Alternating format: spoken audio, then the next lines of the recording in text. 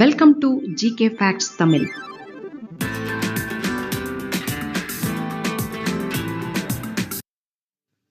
Question number 1. Where is the National Bureau of Fish Genetic Resources headquartered? தேசிய மீன் மரபணு வளங்களின் பணியகம் எங்கு தலைமை இடமாக கொண்டு செயல்பட்டு வருகிறது? A. Delhi, B. Lucknow, C. Visakhapatnam, D. Mumbai.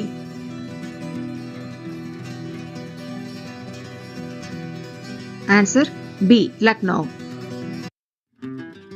உலகம் முழுவதும் 20 குடும்பங்கள், 111 இனங்கள் என 1000 வகையான விலாங்கு மீன்கள் உள்ளது. ஆங்குயிலி ஃபார்ம்ஸ் அப்படிங்கிறது விலாங்கு மீனினோட விலங்கியல் பெயர். மத்திய வேளாண் ஆராய்ச்சி கழகத்தின் அங்கமான தேசிய மீன் மரபணு வளங்களின் பணியகம் நீர்நிலைகள்ல பல்வேறு வகையான ஆராய்ச்சிகள்ல ஈடுபட்டு வருது.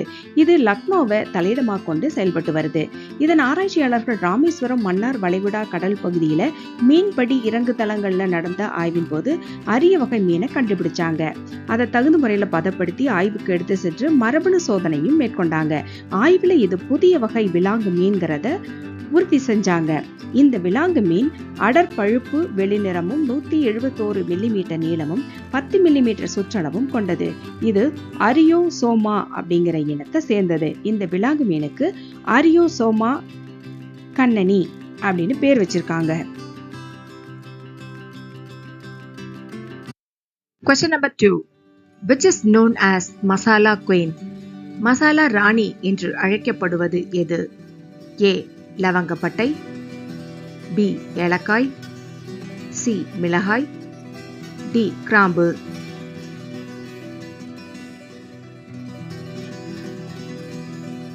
Answer C. மிளகாய்.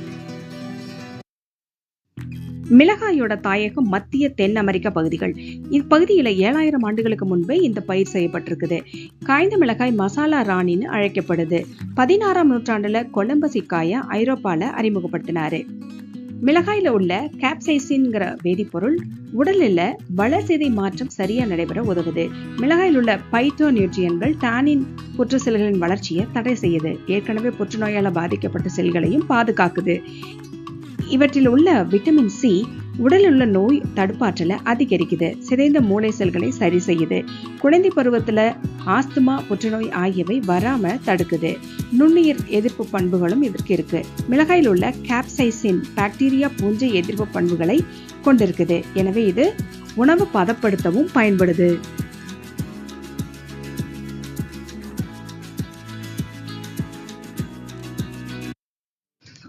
Question number 3. Arctic Antarctic regions. What is the name for the light sea in regions above 66.5 degrees? Arctic Antarctic பகுதிகளில் 66.5 டிகிரிக்கு மேல் உள்ள பகுதிகளில் காணப்படும் ஒளிக்கு என்ன பெயர்? A. பிரகாசமான ஒளி, B. வண்ண ஒளி, C. பனி ஒளி, D. அரோரா.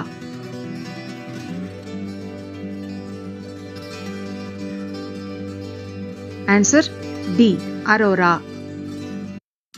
துருவ ஒளியானது அரோரான்னு அழைக்கப்படுது. இந்தியா போன்ற நிலநடுக்கோட்டுக்கு அருகில் உள்ள பகுதிகளில் இந்த அரோரா துருவ ஒளி தென்படாது. கீழ் துருவ பகுதிகளில் குறிப்பா 66.5 டிகிரிக்கு மேலுள்ள ஆர்டிக் மற்றும் அண்டார்டிக் வட்டங்களுக்கு உட்பட்ட பகுதிகளில் தான் இது தெரியுமா. மிகவும் மங்கலாக இருக்கிறதால இரவில் மட்டுமே தென்படுமா. சில சமயம் சூரிய புயல் ஏற்படும் போது பிரகாசமா வண்ணமயமா கண்கொள்ளா காட்சியா இது தென்படும்.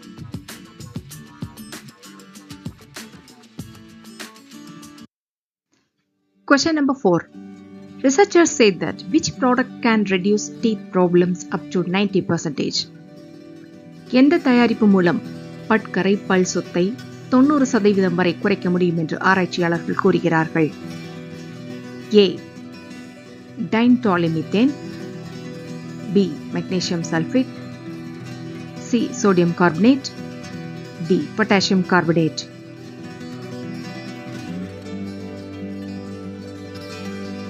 ஆன்சர் டைன்டாலிமித்தேன்.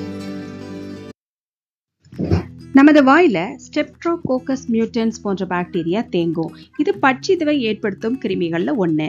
பிசின்ட்ரோல் மூலக்கூறுகள் இது போன்ற கிருமிகளோட வளர்ச்சியை கட்டுப்படுத்தி பற்களின் மேல ஒரு பாதுகாப்பா படலமா அமையுது அப்படின்னு கண்டுபிடிச்சிருக்காங்க.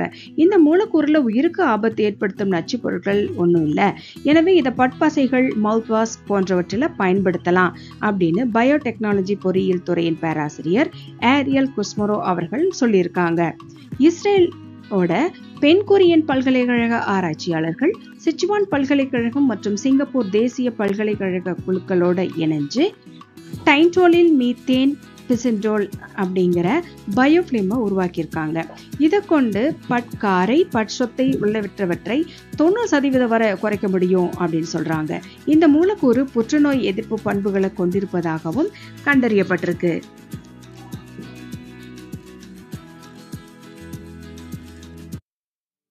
Question number 5. Where was the first Formula 4 car race held at night in South Asia? தெற்காசியாவிலேயே முதன்முறையாக இரவு நேரத்தில் ஃபார்முலா 4 கார் பந்தயம் எங்கு நடந்தது? A. Indore, B. Kolkata, C. Surat, D. Chennai.